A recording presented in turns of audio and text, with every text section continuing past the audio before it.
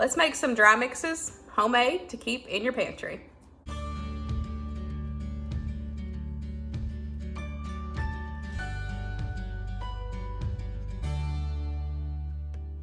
Hey guys, welcome back to my channel, or welcome if you are new. We have got another Make It Homemade video for you guys. Don't forget that I do have a playlist. I will have linked down below. I have been sharing all kinds of different homemade, semi-homemade recipes, pantry staples, freezer staples, stuff that you guys can make at home, keep either in your pantry or fridge, freezer, whatever the case is. Instead of buying it at the grocery store, you can make it at home. And there's a few different reasons. A lot of people like to know what is in the food that you're eating, which I totally get that. So making these items homemade, a lot of times you can kind of adjust and kind of know what's in them, and there might not be as much additives and all that stuff. And then sometimes cost as well. It depends on what you're making. If it would be cheaper to make it homemade versus buying a box, of it or something like that. So there's a few reasons, and then there's some people that just really enjoy it. So I've got a couple that I'm going to be sharing with you guys today. They were really good, so it's definitely ones that I'm going to keep stocked for now on. So I really hope you guys enjoy. Let's go ahead and get cooking. Well, we're not cooking, but let's get our pantry prepped. We are going to make some homemade cornbread mix. So here is some that I like to keep on hand. Normally get, of course, the Jiffy. That's one of my favorites. And then the Martha White, they've got several different options. White cornbread, yellow cornbread, sweet cornbread, buttermilk. They have all kinds. This is what I have right now. And then I just recently picked up this Famous Dave's. Now, I'm going to be honest, it's not my favorite. It's super, super sweet, like even compared to Jiffy. And to me, it's more of like a dessert cornbread. So in my opinion, I won't be buying this again, but the ones I have left, I will be using as like toppings on cobblers and kind of stuff like that. Maybe do like some sweet muffins with some fruit or something like that. But anyways, that's besides the point. This video is about making this homemade. So we're going to make a homemade version of this cornbread mix. That way you can keep in your pantry and use it instead of worrying about having to purchase and keep stocked. Y'all know I keep these in my pantry all the time, but I am running low. But I thought this time, instead of going out and buying these, we will make our own and see how we like it. So I will be vacuum sealing these with my handy dandy little vacuum sealer. I have shared this before. I love it. I absolutely love it. This is one of my favorite purchases that I have bought for myself. I will have this linked to my Amazon storefront. The last time I shared it, y'all went crazy. I think the last time I checked, I had sold like 30 of them. Y'all had went to Amazon and got, like, I couldn't believe it. So we're going to be using this again today. And then I've got my clean, dry quart jars. I'm not sure how many this is going to be or make, so I just pulled out 2 right now. Of course, I can get out more. And then just got my 4 jars lids. That link is always in the description box. I am an affiliate through Amazon and 4 jars, so y'all can check out the link if you're interested. So here's what you're going to need for the recipe I'm following. Of course, there is 1,000 cornbread mix recipes that you can find on the internet, but I'm going to share the one that I thought would be closest to, like maybe a mixture between these two. So you're going to need some yellow cornmeal, some sugar, some baking powder, some salt, and some all-purpose flour. Now this is going to be the dry mixture that we are going to mix together and put in the jars and store in the pantry. Then you will add your eggs, your butter, like you'll add that stuff just like you would this. So let's get this mixed up, and I'm actually going to bake it as well, so that way you guys can see how it turns out. So we're just going to get everything added into this bowl and get it mixed together. Don't forget, I will have this recipe linked down below for you guys, so y'all can get full measurements and everything. And like I said, I thought it would be good if we could bake this as well. Bake, one batch of it, and then that way we can try it together, and then y'all can also see it baked. So it's gonna be good as well.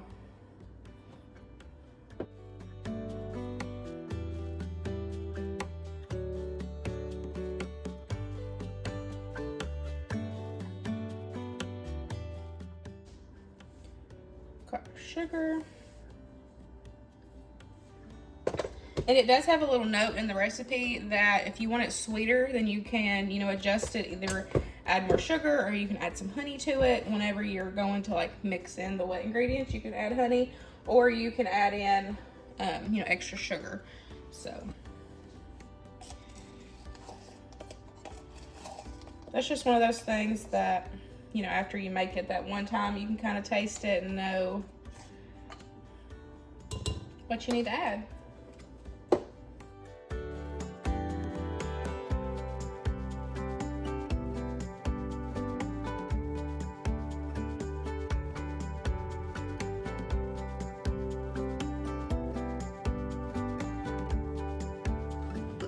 Well, it definitely looks just like Jiffy, so, or like the packaged cornbread.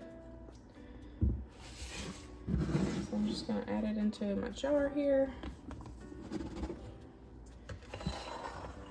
And then by vacuum sealing it, that's just gonna take any of that excess air out, and it's just gonna extend the shelf life.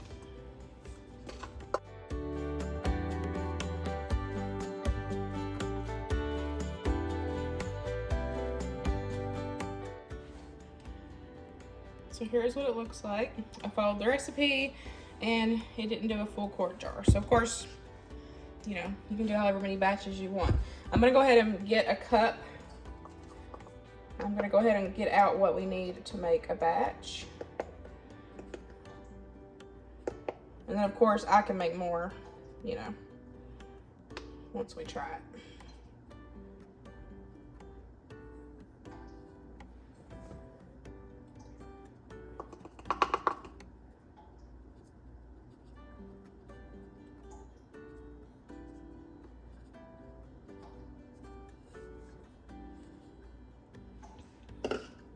Okay, so this is what I need for a batch, so I'm gonna set this aside.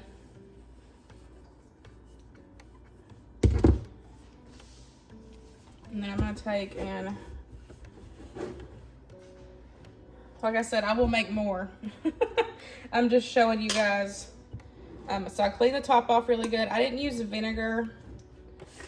It kind of just depends on what it is, if I use vinegar for dry things.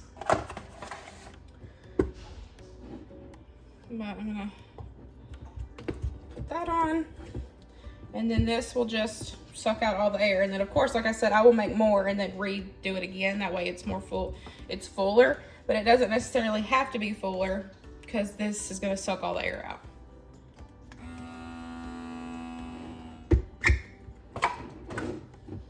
So the center's down, it's sealed. So that's how I would do it, you know, to store it in my pantry. So now let me get out the other ingredients and we will mix them up and see how it tastes. So add-ins, you want some butter. And if you had butter powder, you technically could add that to this mix. And then that way it would be more, you know, just you adding an egg and milk like Jiffy. So butter, milk, and an egg. I have my oven preheating to 400.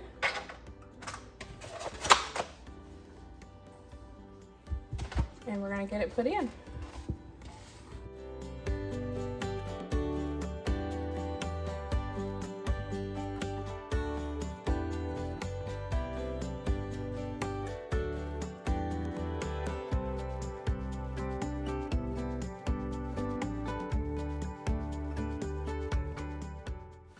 The dry mix that I made first made enough for 2 batches.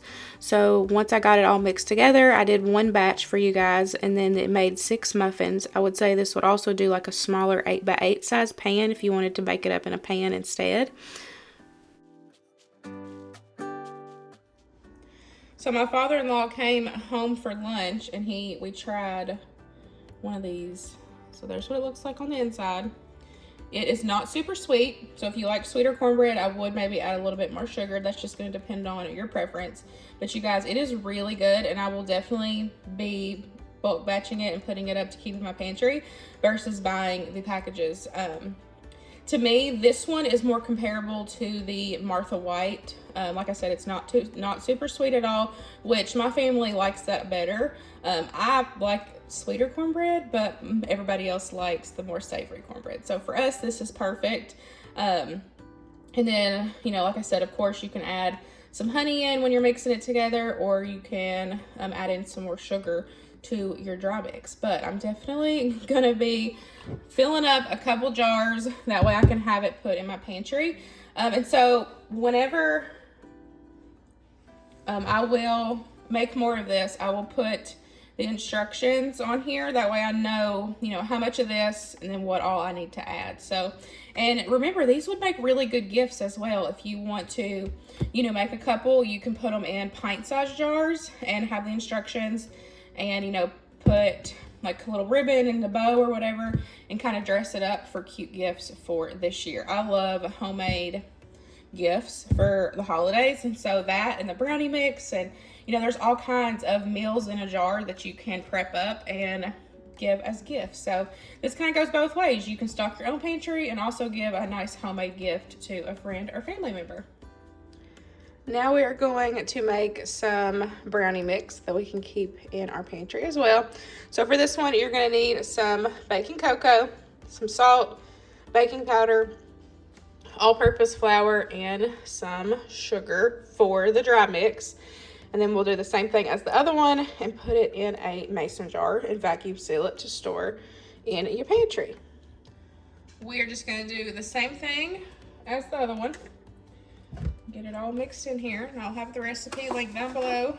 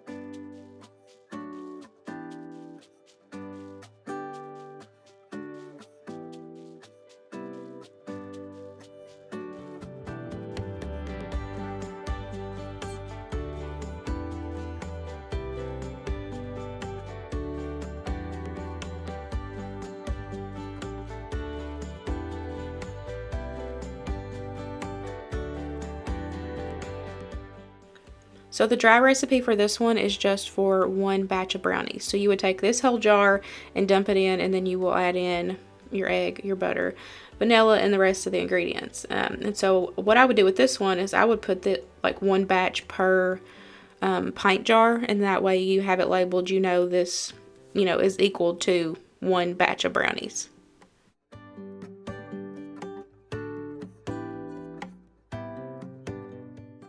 So I ended up making a second batch and just putting it in the bowl. That way I could show me making it for you guys. So for this one, it just calls for vanilla, melted butter, and eggs. And then, of course, you can add in chocolate chips. You can add in nuts, M&Ms. You know, you customize your brownies for how you want this. This is just going to be the base of your brownie mix. So for me, I added in some semi-sweet chocolate chips. And I'm just going to whip it up and get it put in a greased 8x8 baking dish. I baked this at 350 for about 15 to 18 minutes. You just want a toothpick to come out clean.